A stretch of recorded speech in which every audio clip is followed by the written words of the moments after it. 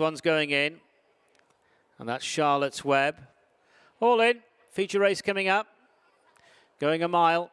And they're off. Fillies and mares in action for the Weatherbys Hamilton Pipalong Stakes.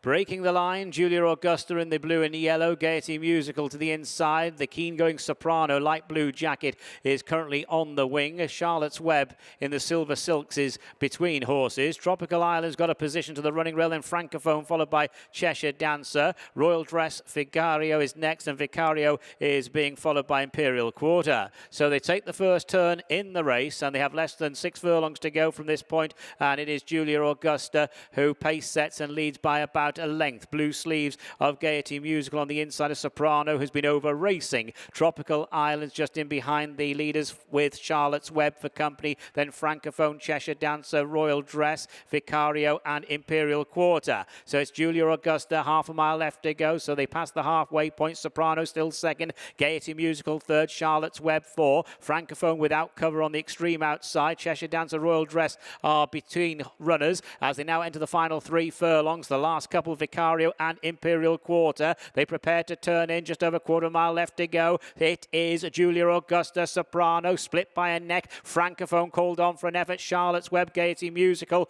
they are following. They're being followed into the straight by Cheshire Dancer. Vicario is on the wide outside. Royal Dress in the white and red colours also making an effort. Now a bit of work to do though. Running down towards the last furlong, Julia Augusta being pounced on by Cheshire Dancer. Look at Royal Dress to the outside, coming there very smoothly inside the final furlong, and it is Royal Dress who takes over from Cheshire Dancer, and Royal Dress goes on to win with authority, wins the Pipalong. Royal Dress the winner, Cheshire Dancer second, Imperial Quarter, Charlotte's Web and Vicario were in a cluster behind.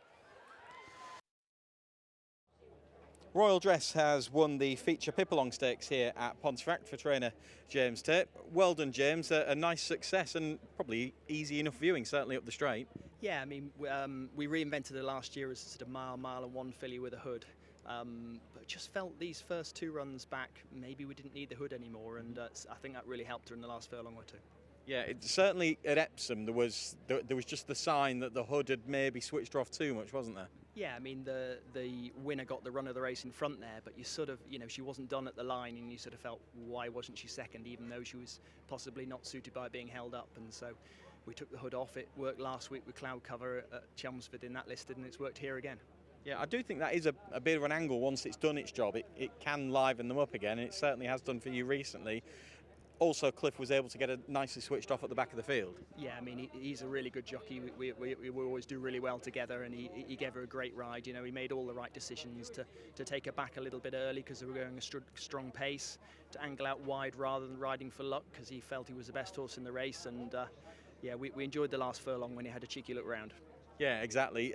Just looking at the race beforehand, my sort of question mark against her was underfoot conditions and whether they would be lively enough, because I think it's fair to say a lot of her best efforts have come with a bit more ease than this, haven't they? Historically they have, but that was more when she was a 6-7 furlong sprinter with a previous trainer. So to be honest, last year we thought she didn't like the heavy ground at Goodwood and the back end. Yeah. Hence we ran her at York on sort of goodish ground, and yeah, we thought we'd get away with underfoot conditions. Although it was also in our mind that there's a heat wave coming up, and yes, I mean she'd be fine on this good to firm, but would she really want it really firm? I still don't know. So was that liking for a testing surface in the past over shorter distances more the testing surface bringing her stamina for this trip into play? Possibly, although I wasn't the trainer then, so I can't fully comment. Going forward, you will remain the trainer, I'm sure. What are your plans? You've got her in the Nassau at Goodwood up in Group 1 company. She is a group winner already, of course. Yeah, well, that's it. Do we try and win a Group 2 or a Group 3, or do we try and go for like an each-way run in one of the big races, and say if we finish in the first 3, that would be worth it for value, because she's obviously a really valuable, well-bred broodmare. So she's got a very good pedigree, hasn't she? Yeah, so I think we'll just take each race as it comes and see how she is. Yeah, and you'll be very happy with where the team are at. Plenty of winners going in. Yes, no, we started the year real well. Slightly quiet for a few weeks, and now we're flying. So we're looking around the yard, thinking, who can we run next? Yeah. Yeah. Well, when they're going like this, I'm sure you're keen to get them out and keep the winners flowing. Well done. Exactly. Thank you. Thank you, Chris. Trainer having a great time with things as well. Royal Dress just far too good for them. Really, a Group 3 winner last season at the Cairo over 9 furlongs. She stays further than this. She's usually held up, and sometimes, as we were noting before, Martin, that is a tricky place to come from when you're held up and you have to try and make your own luck, or you have to have a jockey that rides this place particularly well? Yeah, and Clifford Lee definitely does that. He made his mind up early about what he was going to do, and it was a race-winning move. And yeah, it was a very confident race. First point of call, Soprano, wide outside. We knew she'd have to likely go forward to try and negate that draw.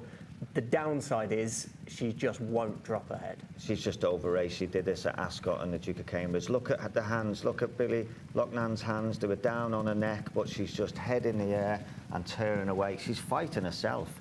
Billy's done really well there. He's taken his hands off her mouth. It's almost like his hands are in the neck strap, but she's just fighting, running away from herself. So giving herself no chance of seeing out that race. So as a jockey, try and put that in terms that, i.e., could Billy Loughnane have done anything else the way that she's raced in that race? Nothing at all. Nothing at all. He's put his body weight on her neck. All his weight is through his hands or on her neck. He's not touching her mouth. She's fighting against herself, so she's clearly not happy about something. That's twice she's run like that, and it's very disappointing. She looked good when she won the Snowdrop Stakes at Kempton. She was a lot more amenable that day, but it'll be back to the drawing board for connections, because she's clearly talented, but she's just doing herself no favours. But we look at the winner in the white and red, pinned against the rail. I said to you live, Anthony, he's going to need some luck to get out of that position. And he's about to make it, because he's going to commit to the outside. He's forced his way into a position there, and once it's plain sailing, she's able to show her class. Exactly. It was a good race-winning move from Clifford Lee. He didn't mess about. He just moved straight out to the outside, sacrificing a bit of ground. But look how congested it is on the inside. If he'd have stayed there, he would have got stopped in his run. He might have won anyway. She's clearly the best filly in the race. She's a group winner. A brave move to take the hood off by the trainer, James Tate, but she settled well. And it was a really good ride from Clifford Lee. People might look at it and say it was simple. He just moved to the wide outside, but making that decision early before he turned to the straight, that's what won in the race. Plenty of options for Royal Dress up to Group 3 level next time, you'd imagine, or maybe even further. There's the Valiant coming up, the Atlanta at Sandown. Wherever she goes, Royal Dress looks a proper tool this season. 85-40 favourite, Clifford Lee, James Tate, Saeed Manana. Second, Cheshire Dancer, 10-1. And third, Imperial Quarter, 9-1. 3 1/4 lengths between Royal Dress and Cheshire Dancer. And she blew them away in the Pipalong in a time of 1:41.87. And we dipped under standard, 0.13 under the standard and 0.02 minus furlong per furlong. Watch live racing now on racingtv.com.